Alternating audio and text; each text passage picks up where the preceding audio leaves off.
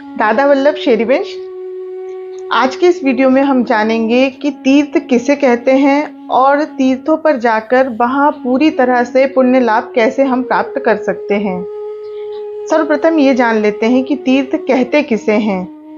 तीर्थ का मतलब होता है वह स्थान जहां पर जाने से हमारे तीनों प्रकार के अवगुण मिट जाए, तीनों प्रकार का लाभ मिल जाए। तीर्थ का अर्थ वह स्थान होता है जहां पर तीनों प्रमुख देवता ब्रह्मा विष्णु महेश का वास होता है, उनका निवास स्थान होता है। और तीर्थ उस स्थान को कहते हैं जहां जाकर हमें परमात्मा का अर्थ समझ में आ जाए, यानी हमें उस स्थान पर परमात्मा के वास्तविक स्वरूप का अनुभव हो, वही स्थान तीर्थ कहलाता है। ऐसे किसी भी धार्मिक स्थान पर जाकर यदि मनुष्य दोष दृष्टि रखता है, गुण अवगुण देखता है या सांसारिक दृष्टि रखता है तो इससे उसकी ही हानि होती है, क्योंकि जो भी तीर्थ स्थान होते हैं वह अत्यंत ही पवित्र और पावन होते हैं। ऐसा कहा जाता है कि देव स्थानों पर देवता भी आकर विचरण करते हैं। इसीलिए आप किसी भी तीर्थ स्थान पर यदि जाते हैं तो वहां पर सांसारिक दृष्टि नहीं रखना चाहिए, वहां पर किसी भी व्यक्ति में गुण या दोष दर्शन नहीं करना चाहिए।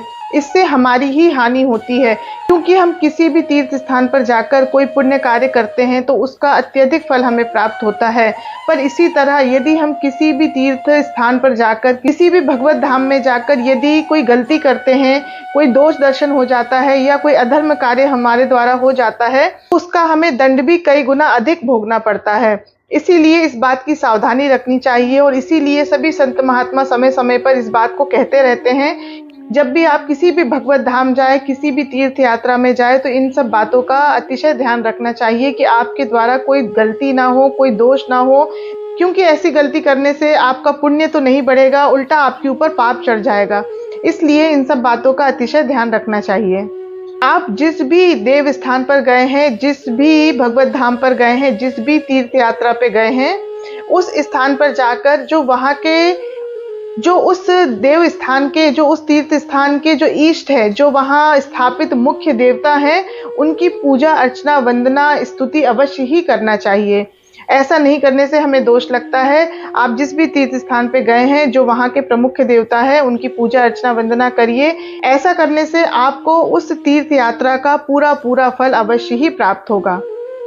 आशा करती हूँ आज की ये जानकारी आपको अवश्य अच्छी लगी होगी। तो आप भी यदि किसी तीर्थ यात्रा पे जाने वाले हैं तो इन सब बातों का अवश्य ध्यान रखें और अपनी इस धार्मिक यात्रा को शुभ और मंगलमय बनाएं। आशा करती हूँ मेरे बनाए हुए वीडियो आपको अच्छे लगते होंगे, तो मेरे वीडियो को अधिक से अधिक लोगों तक शेयर करें, मेरे चैनल को सब्सक्राइब करें, लाइक करें और कमेंट भी अवश्य करें। जय जय श्री राधे।